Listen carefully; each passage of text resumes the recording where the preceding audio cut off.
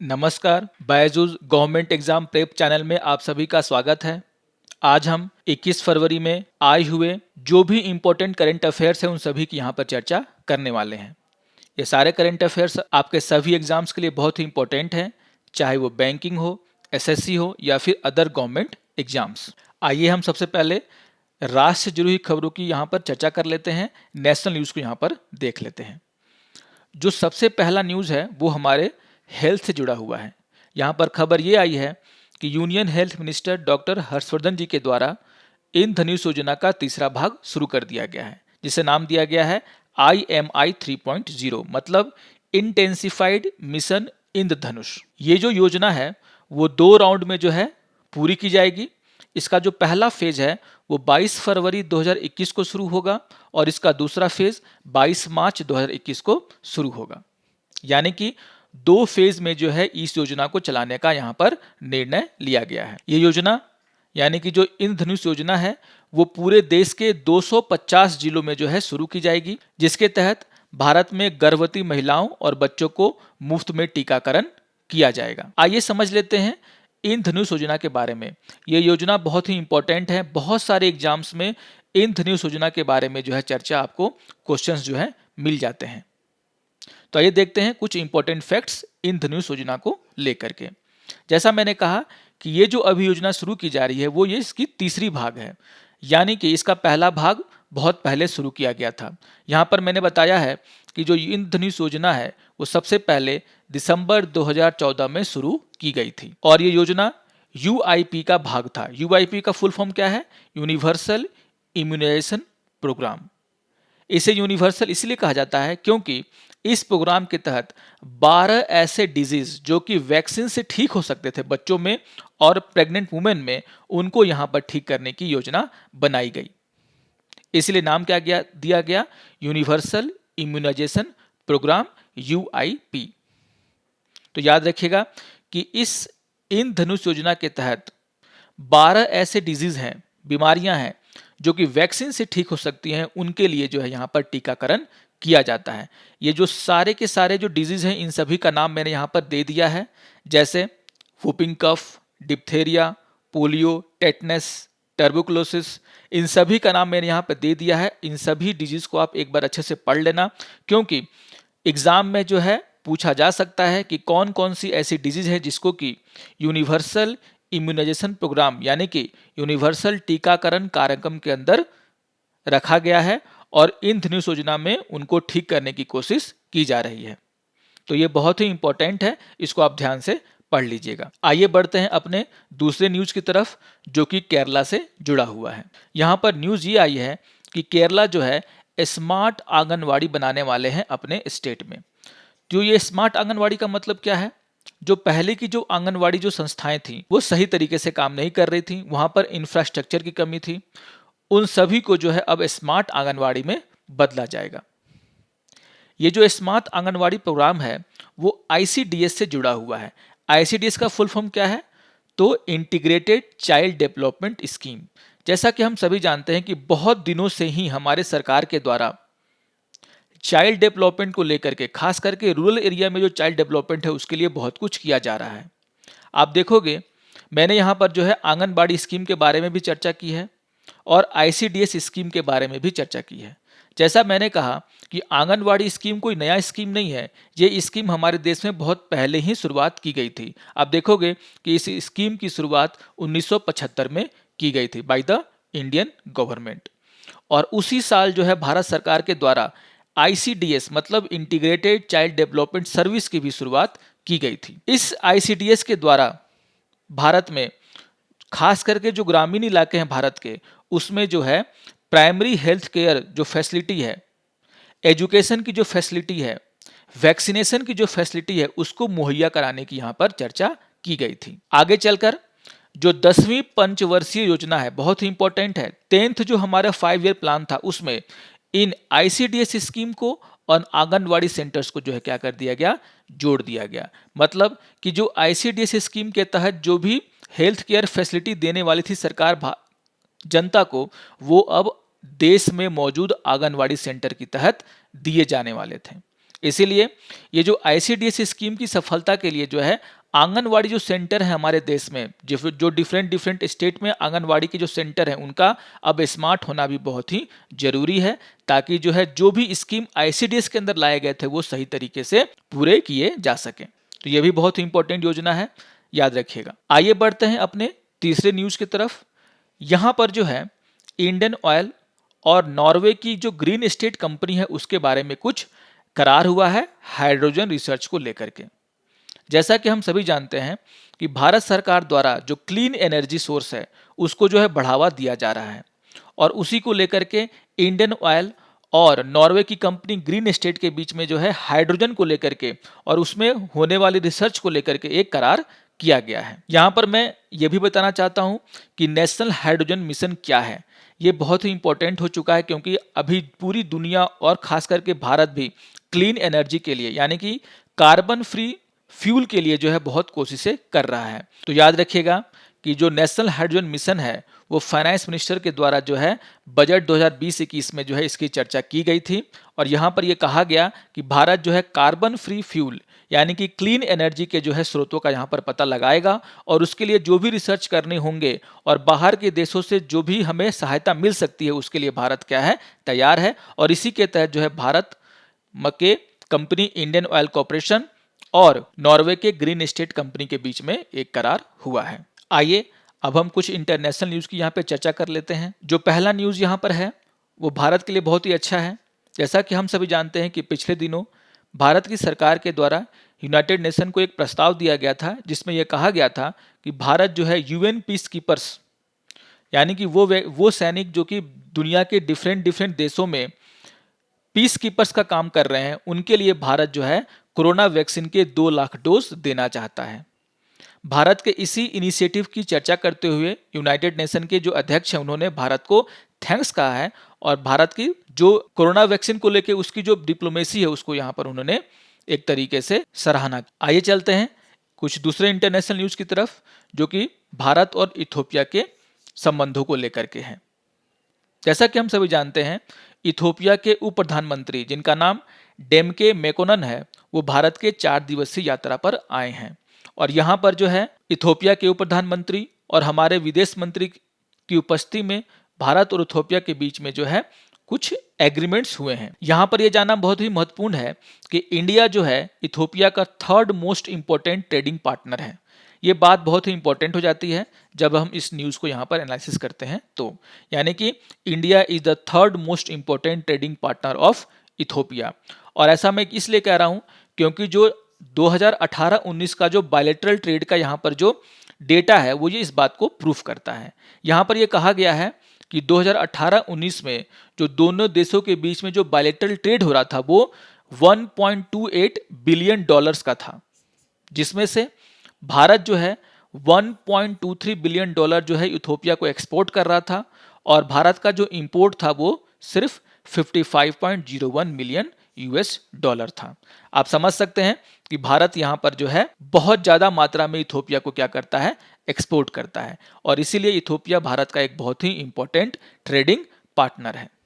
तो याद रखिएगा इथोपिया के बारे में और उसके उप प्रधानमंत्री के नाम को भी। आइए बढ़ते हैं अपने तीसरे न्यूज़ की तरफ, जो कि फेसबुक से रिलेटेड है। जैसा कि हम सभी जानते हैं कि म्यांमार में जो है वहाँ के लोकतांत्रिक सरकार को जो है हटा दिया गया है, और एक मिलिट्री शासक जो है वहाँ पर बैठ चुके हैं। यहाँ पर जो है फेसबुक ने जो है म्यांमार के जो मिलिट्री शासक हैं उनका जो है एक न्यूज़ चैनल और उसका एक पेज, उसको जो है अपने प्लेटफॉर्म से जो है उसे हटा दिया है, जिसका नाम है ट्रू न्यूज़ इन्फॉर्मेशन सर्विस।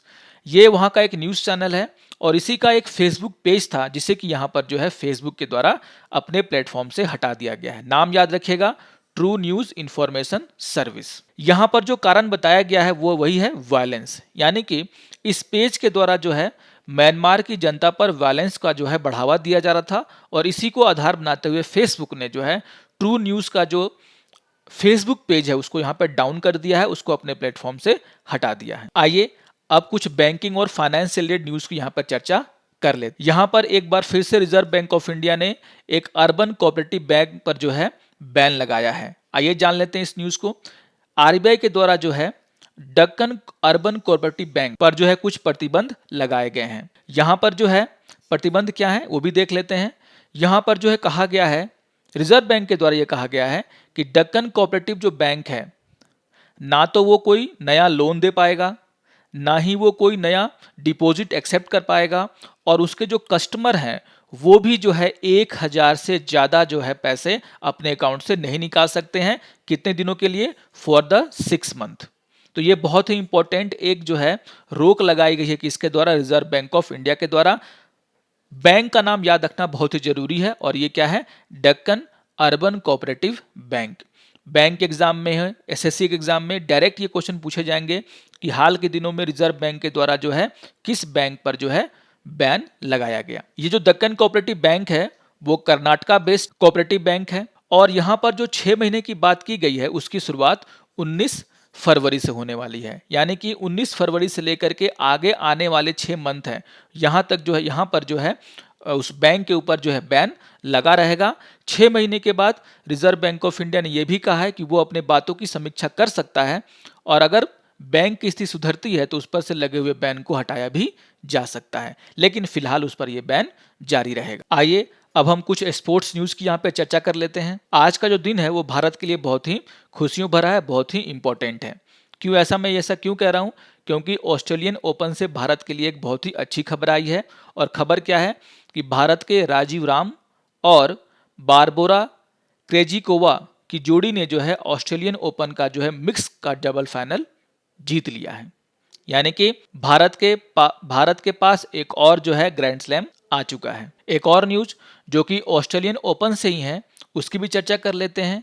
यहाँ पर जो है ऑस्ट्रेलियन ओपन का जो वुमेन्स सिंगल टाइटल है वो जापान की नाओमी ओसाका के द्वारा जीता गया, और मैं बता दूं कि ये नाओमी ओसाका का जो है चौथा ग्रैंड स्लैम है, 4th ग्रैंड स्लैम है। ये भी आपको यहाँ पर बहुत ही इंपॉर्टेंट तरीके से याद रखिएगा कि ऑस्ट्रेलियन ओपन का women single title Naomi Osaka ने जीता है, और ऑस्ट्रेलियन ओपन का जो मिक्स डबल टाइटल है वो भारत के राजीव राम और बारबोरा क्रेजिकोवा ने। आइए कुछ इंपॉर्टेंट डेज की भी चर्चा कर लेते हैं। हमारा जो आज का 21 फरवरी है वो इंटरनेशनल मदर लैंग्वेज डे के नाम से जाना जाता है। बहुत ही इंपॉर्टेंट है, बहुत सारे एग्जामों में इसे डायरेक्टली पूछा गया है, याद रखिएगा। 21 फरवरी known as the international mother language day, अंतर्राष्ट्रीय मातृभाषा दिवस। ये जो इंटरनेशनल मदर लैंग्वेज डे है, नाम से आपको समझ में आ रहा होगा कि वो अपनी मातृभाषा को तो बढ़ावा देने के लिए बात कर ही रहा है, साथ ही साथ बहुभाषावाद यानी कि मल्टी लैंग्वेजिज्म को अपनाने के लिए भी मनाया जाता है। जैसे हमारे देश में बहुत सारे लैंग्वेज हैं, और हम सभी लैंग्वेज किसी ना किसी जाति के, किसी ना किसी धर्म के लोग के क्या है, मदर लैंग्वेज है, मदर टंग है। तो यहाँ पर जो है बहुभाषावाद यानी कि मल्टी लैंग्वेजिज्म और जो मदर टंग है लोगों के, उसको बढ़ावा देने के लिए मनाया जाता है। अगर इसके थीम की बात करें जो कि बहुत ही इंपॉर्टेंट है, बार बार एग्जाम में जो है थीम पूछे जाते हैं, और यहाँ पर जो है थीम क्या रखा गया है? Fostering multilingualism for inclusion in education and society, अर्थात शिक्षा और समाज में समावेश के लिए बहुभाषावाद को बढ़ावा दें। तो याद रखिएगा ये जो थीम है हिंदी और इंग्लिश में याद रखना है, क्योंकि एग्जाम में डायरेक्टली ये क्वेश्चन पूछा जाएगा कि इंटरनेशनल मदर लैंग्वेज डे है, उसको जो है इस साल किस थीम पर जो है मनाया गया। तो थीम क्या है? Fostering multilingualism for inclusion in education and society. अगर हम इंटरनेशनल मदर लैंग्वेज डे की हिस्ट्री की बात करें तो सबसे पहले जो है बांग्लादेश ने जो है ये आइडिया दिया था दुनिया को कि हमें जो है इंटरनेशनल मदर लैंग्वेज डे मनाना चाहिए, और उसके इसी आइडिया को जो है यूनेस्को के द्वारा 1999 में अप्रूव किया गया, और सन 2000 से ही इंटरनेशनल मदर लैंग्वेज डे जो है मनाया जा रहा है। आइए अब कुछ इंपॉर्टेंट फैक्ट्स की बात कर लेते हैं। यहाँ पर जो है आज हम लोग पार्लियामेंट के ऊपर चर्चा करेंगे, समझेंगे कि पार्लियामेंट के कितने अंग होते हैं, और पार्लियामेंट से कुछ जुड़ी हुई महत्वपूर्ण बातों को भी यहाँ पर समझने का प्रयास करेंगे। जैसा कि हम सभी जानते हैं कि जो हमारा पार्लियामेंट है उसके 3 भाग होते हैं। पहला भाग होता है उसका प्रेसिडेंट, दूसरा होता है राज्यसभा, और तीसरा होता है लोकसभा। राज्यसभा जिसे हम अपर हाउस के नाम से जानते हैं, और काउंसिल ऑफ स्टेट भी इसे बोला जाता है। लोकसभा को हम लोग लोअर हाउस और इसे हाउस ऑफ पीपल के नाम से हम लोकसभा को हाउस ऑफ पीपल इसलिए कहा जाता है क्योंकि इसके जो मेंबर्स हैं वो जनता के द्वारा डायरेक्टली चुने जाते हैं, जबकि राज्यसभा में जो है कि जो मेंबर्स हैं वो जनता के द्वारा डायरेक्टली नहीं चुने जाते हैं, इनडायरेक्टली चुने जाते हैं। अगर हम टर्म की बात करें तो राज्यसभा का कोई डिफिनिट टर्म नहीं है।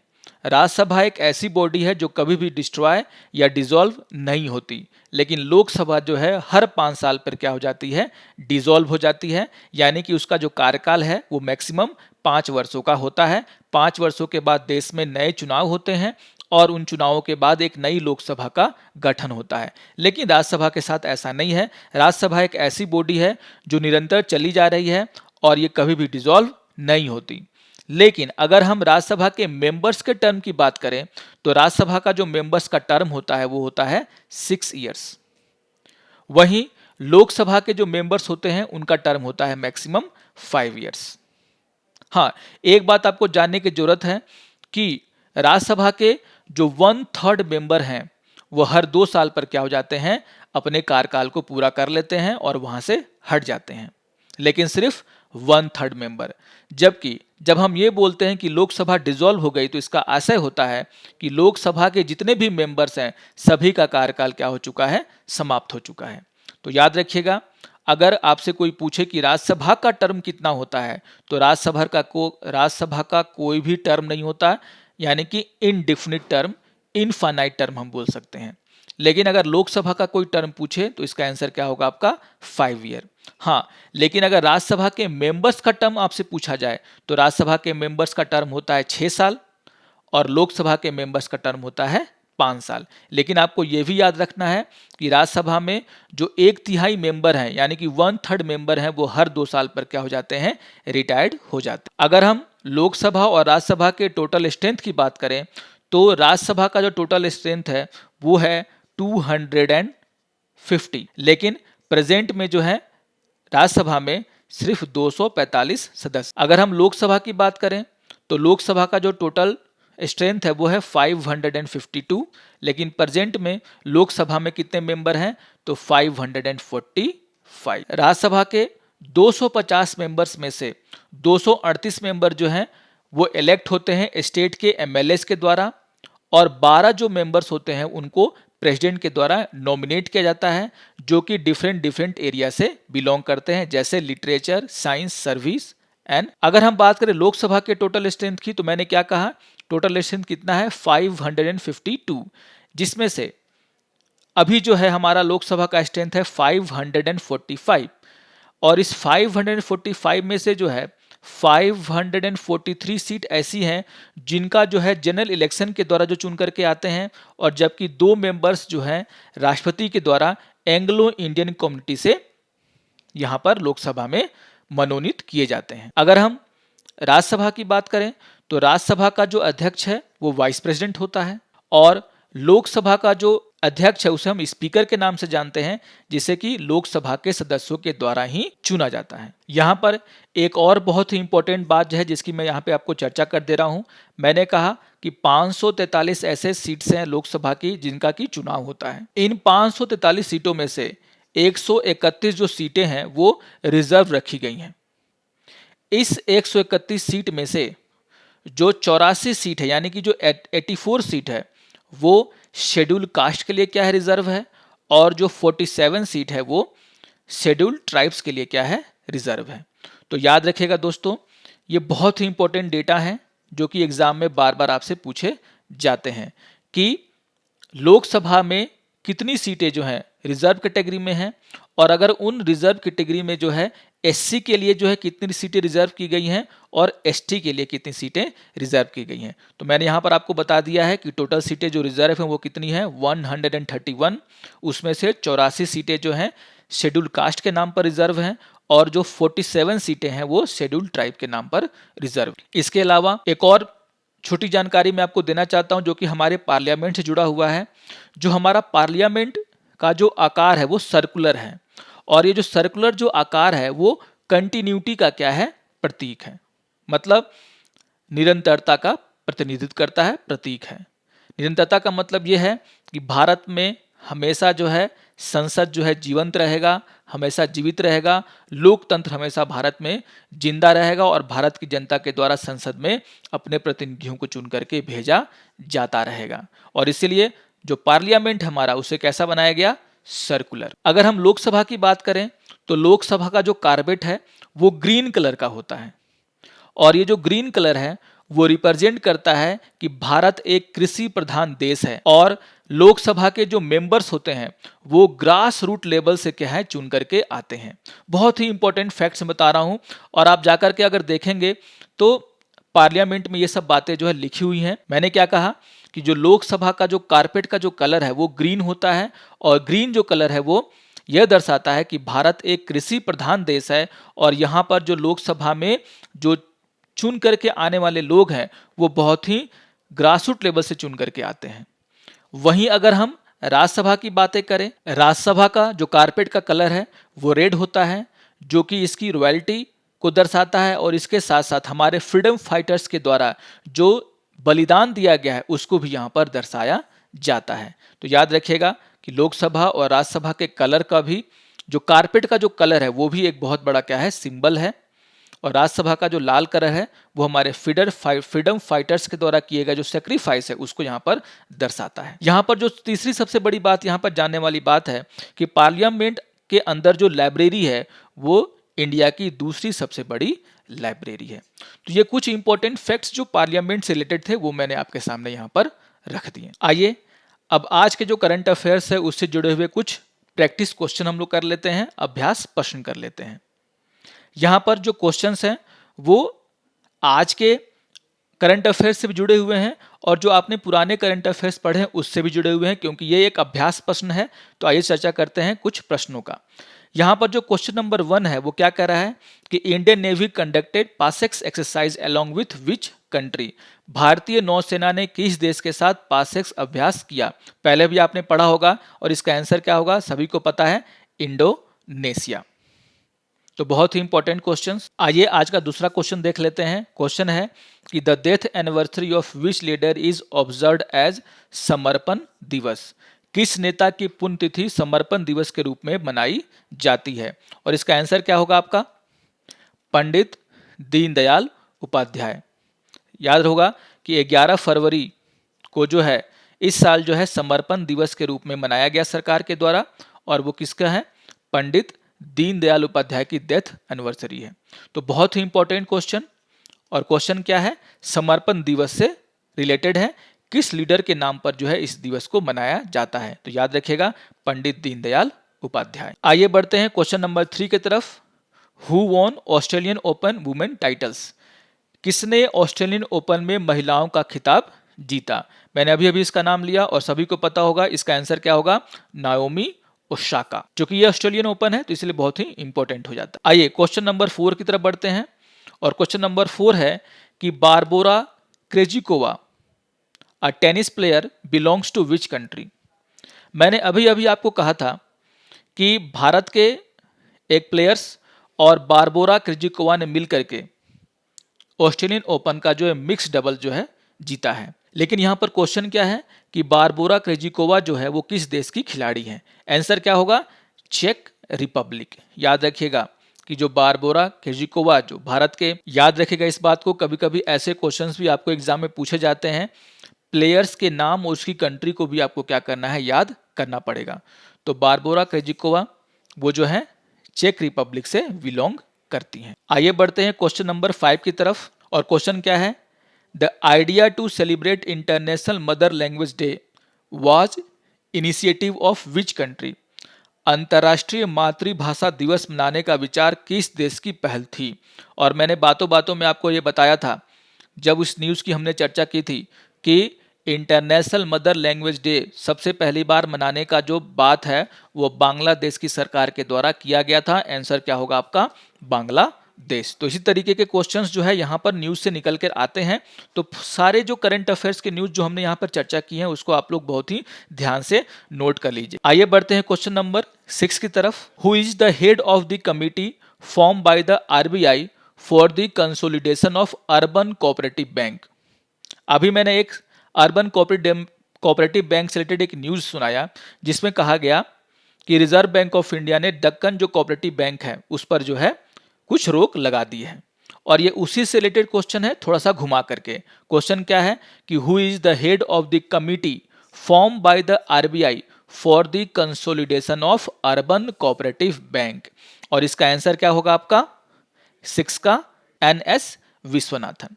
याद रखिएगा एनएस विश्वनाथन कमेटी खास करके बैंक जो बैंक की तैयारी कर रहे हैं वहां पर ऐसे क्वेश्चंस आपको बार बार देखने को मिल जाते हैं। तो एनएस विश्वनाथन की जो कमेटी है उसको रिजर्व बैंक ऑफ इंडिया ने बनाई है for the urban cooperative bank. आइए बढ़ते हैं क्वेश्चन नंबर 7 की तरफ। और ये क्वेश्चन क्या है कि mission Indradhanush was launched on which year. Mission Indradhanush को किस वर्ष जो है शुरू किया गया था। और मैंने आपको बताया था कि मिशन जो इंद्रधनुष है वो सबसे पहली बार दिसंबर 2014 में जो है शुरू किया गया था। तो मैंने यही कहा कि बहुत सारे जो क्वेश्चंस हैं वो स्टैटिक भी यहाँ पर बनाए जाते हैं, ठीक है। तो मिशन जो इंद्रधनुष है वो सबसे पहली बार कब शुरू किया गया था 2014 में, 2014। आइए बढ़ते हैं अपने क्वेश्चन नंबर 8 की तरफ। Which Indian company has signed an agreement with Norway Green Estate for setting up a center of excellence on hydrogen? Hydrogen, मैंने अभी आपको इस न्यूज की चर्चा की और मैंने क्या कहा, कंपनी कौन सी होगी बताइए। वो होगी इंडियन ऑयल, यानी कि ऑप्शन नंबर बी। ना ही हिंदुस्तान पेट्रोलियम, ना एनटीपीसी, ना गेल। आंसर क्या है आपका इंडियन ऑयल कॉर्पोरेशन। तो इंडियन ऑयल कॉर्पोरेशन ने जो है नॉर्वे के ग्रीन एस्टेट जो कंपनी है उसके साथ जो है हाइड्रोजन के ऊपर रिसर्च को लेकर के एक एग्रीमेंट साइन। आइए बढ़ते हैं क्वेश्चन नंबर 9। क्वाड का नाम आपने सुना होगा पिछले दिनों कि quad is a group of 4 countries, India, United state, Japan and आपको यहां पर चौथा जो है कंट्री का उसका नाम बताना है। और ऑप्शन क्या है, चाइना, ऑस्ट्रेलिया, फ्रांस और साउथ अफ्रीका।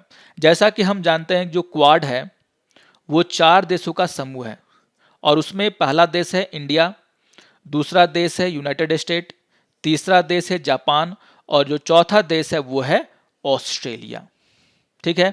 तो इस क्वेश्चन नंबर 9 का आंसर क्या हो जाएगा आपका बी, ऑस्ट्रेलिया। तो याद रखिएगा क्वाड जो है अभी बहुत ज़्यादा जो है चर्चा में है। क्वाड के द्वारा नौसेना का अभ्यास भी किया जा रहा है चाइना को देखते हुए, ध्यान में रखते हुए, इसीलिए जो इन 4 देशों के नाम को आपको याद रखना। अब बढ़ते हैं आज के 10वें क्वेश्चन की तरफ कि which city of India has given the status of world tree city. तो पिछले दिनों इस पर भी न्यूज आया था और आपने देखा भी होगा कि कौन सी ऐसी सिटी है जिसे कि वर्ल्ड ट्री सिटी का जो यहाँ पर दर्जा दिया गया। और यहाँ पर आंसर क्या होगा आपका हैदराबाद। तो option number 3 is the answer of question number 10, that is the Hyderabad. तो ये कुछ बहुत ही इंपॉर्टेंट क्वेश्चंस थे और भी क्वेश्चंस आपको हमारे न्यूज एनालिसिस से मिल जाएंगे। जो आज के करंट अफेयर्स को अगर आपने ध्यान से सुना होगा तो उसमें भी बहुत सारे जो है क्वेश्चंस के आंसर जो है छुपे हुए हैं, उसको ध्यान से सुनिएगा। और भी बहुत सारे क्वेश्चन जो है यहाँ से बनाए जा सकते हैं। आशा करता हूँ कि आपको ये सारे करंट अफेयर्स समझ में आए होंगे। इसी तरीके से करंट अफेयर्स को लगातार देखने के लिए Byju's government exam prep channel को आप सब्सक्राइब करें, हमारे द्वारा दिए गए वीडियोस को लाइक करें, उसे शेयर करें। तो मिलते हैं अगले डेली करंट अफेयर्स के एक और वीडियो में। तब तक के लिए नमस्कार, थैंक यू।